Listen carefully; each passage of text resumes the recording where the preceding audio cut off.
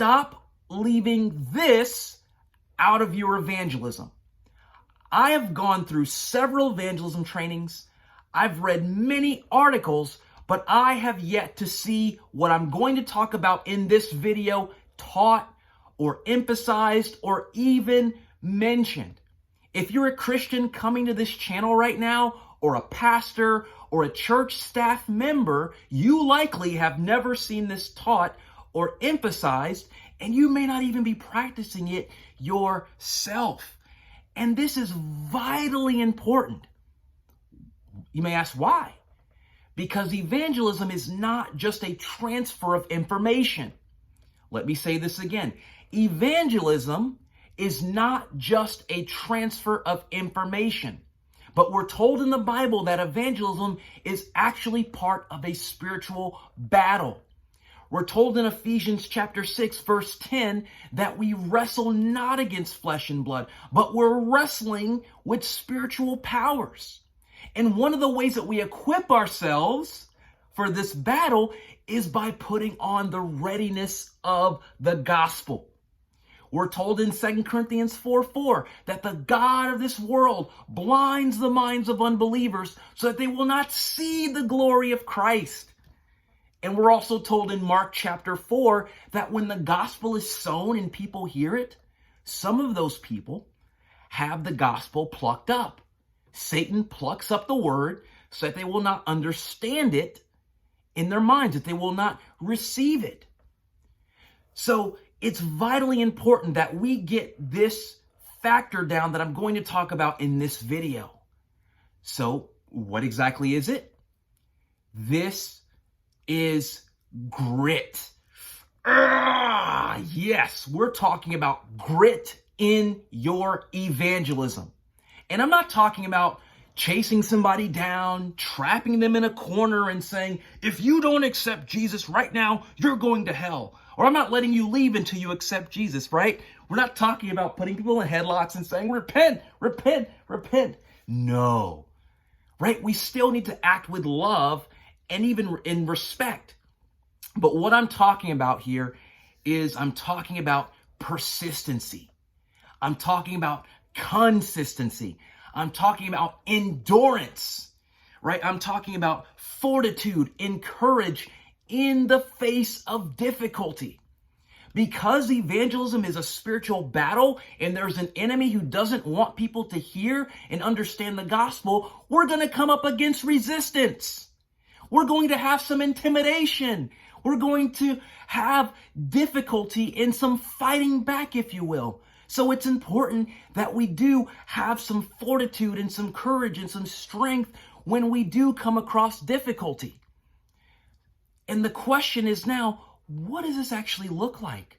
What does it look like to have grit in your evangelism? If it's not physically grabbing someone, if it's not forcing someone into a corner, what exactly is it?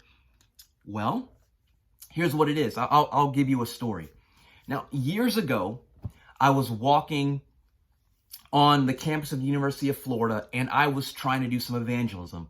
And I saw a man at a table, and he was just sitting at a table, and I walked up to him and I said, "Excuse me, sir, I asked you a question. Are you going to heaven?" And pretty early on, after asking that question, the guy made it clear that he couldn't talk or didn't want to talk, but he was rejecting me essentially in the conversation. And he had given an answer along the lines of, "I don't believe in a heaven," right? And he had told me that he was a youth leader as well, leading high schoolers in a church in town. And as I'm walking away from the guy, and I turn around, and right when I'm walking away, I say to him, "Have a nice day, but by the way, what you've told me is wrong." And he looks up and he says, What are you talking about? It's wrong." I said, "What you've told me is wrong." And what that did was that drew out a dialogue. So he put down whatever he was doing, and we began to talk back and forth. Now, the guy was a little bit hostile, but I was able to share the entire gospel with him. I was able to challenge him where he was, give him a warning, and walk him through the entire gospel message, because of showing a little bit of grit, right? I got in the last word. He put up a little bit of resistance, but I just pushed the wall a little bit to see, hey, how strong is this guy's resistance here? And when having grit in evangelism, that might mean not giving up when someone says no, or not giving up when someone is being difficult in a conversation.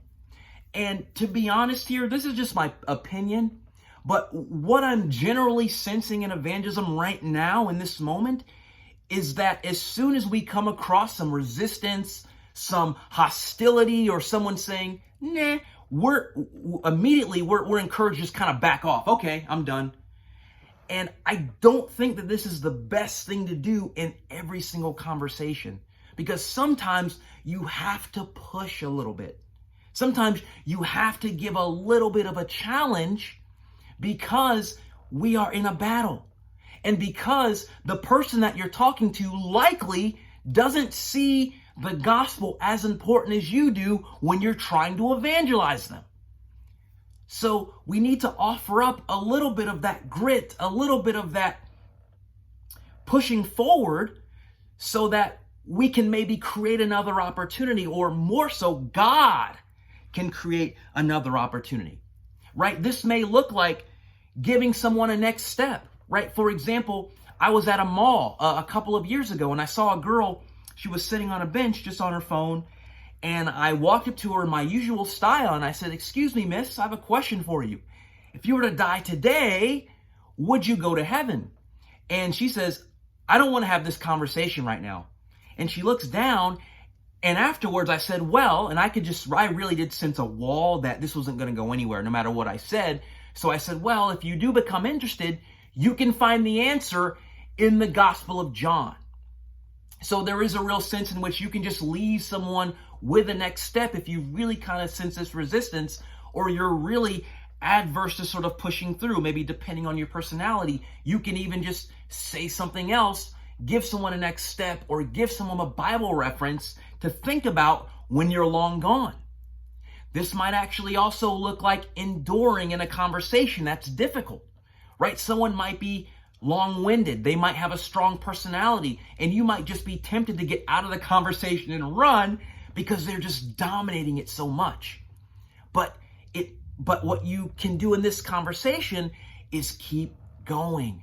Ask the person, hey, you can interrupt them and say, hey, can I share this with you? Can I share my testimony with you? Can I share with you how I know God is real? Can I share with you the gospel? To sort of get a word in if you're in a difficult conversation, and which I've had that fairly recently as well. So what are the benefits of grit? Why should we practice this? Well, because it might create a second opportunity for you. Right? When I was talking to this youth leader who rejected me, I threw out another statement, and that actually created another opportunity for me to get the gospel across. And also, it builds character within you.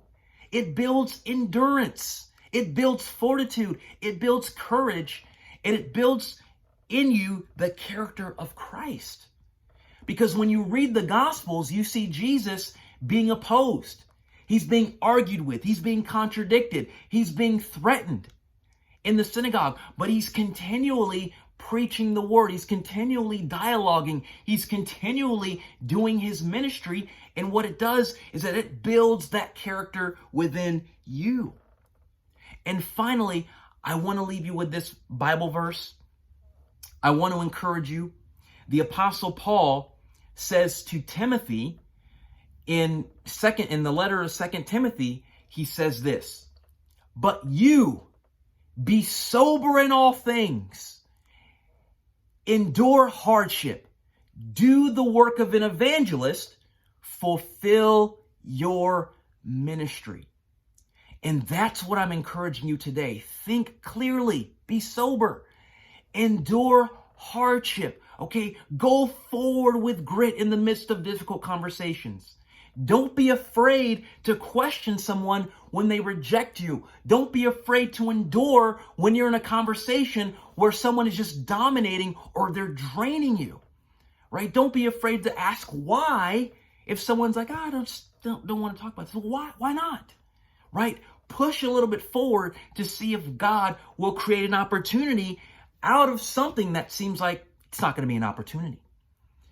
Thank you for watching this video. My name is Samuel, and this is Truth and Reason Ministry. If you were encouraged by this content, feel free to like and subscribe to this channel because I have much more material coming out for you. And thank you for watching.